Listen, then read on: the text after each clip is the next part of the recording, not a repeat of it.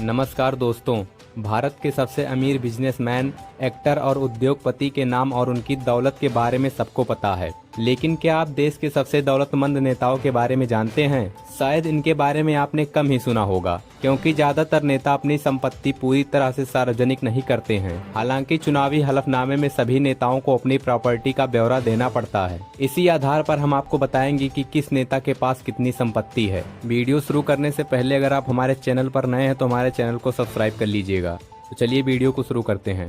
सबसे पहले हम बात करते हैं प्रधानमंत्री मोदी की। लोकसभा चुनाव 2024 के लिए 15 मई को प्रधानमंत्री नरेंद्र मोदी की ओर से चुनाव आयोग में दाखिल किए गए हलफनामे के अनुसार 31 मार्च 2024 तक उनके पास कुल 52,920 रुपए थे, जिनमें से 28,000 रुपए उन्होंने चुनाव खर्च के तौर पर निकाल लिए थे। हालांकि उनके बचत खाते और फिक्स डिपॉजिट को मिलाकर कुल जमा रकम करीब 2.85 करोड़ रुपए की है। इसमें भारतीय स्टेट बैंक की गांधीनगर शाखा में खोले गए खाते में 73,304 रुपए और संसदीय क्षेत्र बनारस के SBI ब्रांच के खाते में 7,000 रुपए डिपॉजिट थे।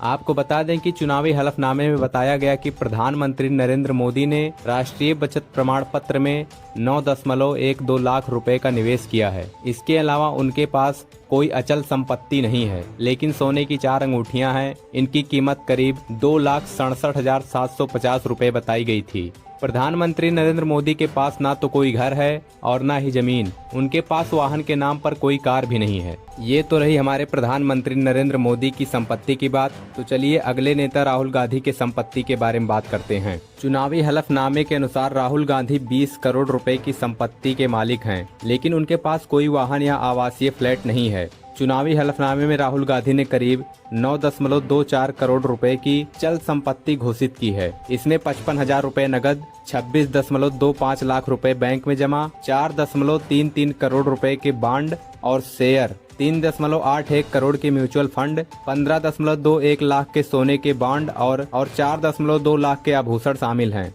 राहुल गांधी के पास 11.15 करोड़ रुपए की अचल संपत्ति है। इसमें दिल्ली के महरौली में खेती की जमीन भी शामिल है। इस जमीन की मालिक राहुल गांधी के साथ उनकी बहन प्रियंका गांधी भी हैं। राहुल के पास गुरुग्राम में खुद का ऑफिस स्पेस भी है, जिसकी वर्तमान कीमत 9 करोड़ रुपए से ज्यादा है। राहुल गांधी ने चुनावी हलफनामे में बताया है कि खेती की जमीन उनको विरासत में मिली संपत्ति है, जबकि ऑफिस स्पेस उन्होंने खरीदा है। चलिए बात करते हैं अगले नेता अरविंद केजरीवाल की।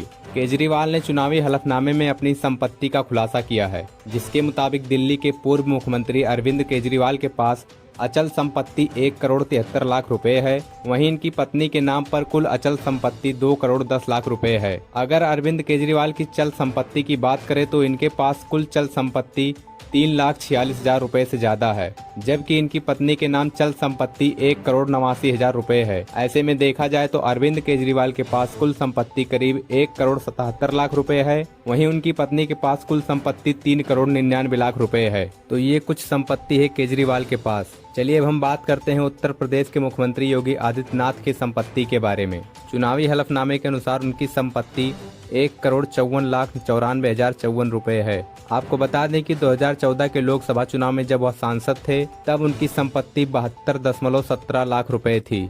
सीएम योगी आदित्यनाथ के पास ना तो खुद के स्वामित्व वाला मकान है और ना ही उनके नाम पर कोई जमीन है। अपने पिछले हलफनामे में सीएम योगी ने अपने पास 2 कार होने की बात बताई थी, लेकिन इस बार के हलफनामे में उन्होंने बताया है कि उनके पास अब कोई कार नहीं है। सीएम योगी के पास करीब 1 लाख रुपए कैश हैं। वहीं नई दिल्ली में SBI संसद भवन ब्रांच में 25,99,171 रुपए हैं। PNB की इंडस्ट्रियल एरिया गोरखनाथ ब्रांच में 4,32,751 रुपए और 7,12,636 रुपए की 4 FD है। SBI के गोरखनाथ ब्रांच में उनके खाते में 7,908 रुपए जमा है। वहीं लखनऊ विधानसभा मार्ग स्थित SBI ब्रांच में 67,85,395 रुपए जमा है। उनके नाम पर 2,33,000 रुपए का इंश्योरेंस भी है। चलिए अब हम बात करते हैं उत्तर प्रदेश के पूर्व मुख्यमंत्री अखिलेश यादव की संपत्ति के बारे में। चुनावी हलफनामे के अनुसार अखिलेश यादव की संपत्ति करीब 42 करोड़ रुपए है। इनमें से 26.66 करोड़ चल अचल संपत्ति है।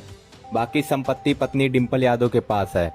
पूर्व सीएम के पास 25,61,804 रुपए नगद हैं, जबकि पत्नी डिम्पल के पास 5.72 लाख की नकदी है। पूर्व सीएम के पास पैतृक गांव सैफई और लखनऊ में करोड़ों की चल अचल संपत्ति भी है। चुनावी एफिडेविट में अखिलेश यादव ने जानकारी दी है कि उन्होंने पत्नी डिंपल यादव से 54 लाख रुपए का कर्ज भी ले रखा है। वहीं बैंक से 74 लाख रुपए कर्ज ले रखा है, जबकि पत्नी डिंपल ने भी 25 लाख का कर्ज ले रखा है। नामांकन के दौरान एफिडेविट में अखिलेश यादव ने बताया है कि उनकी सालाना कमाई 84,51,000 रुपए है, जबकि पत्नी की आय 67.5 लाख है। इस आय का जरिया सांसद विधायक के वेतन भत्ते और कृषि व्यवसाय से हो रही है। अखिलेश के पास एक भी खुद की कार नहीं है और न ही कोई जेवरात है।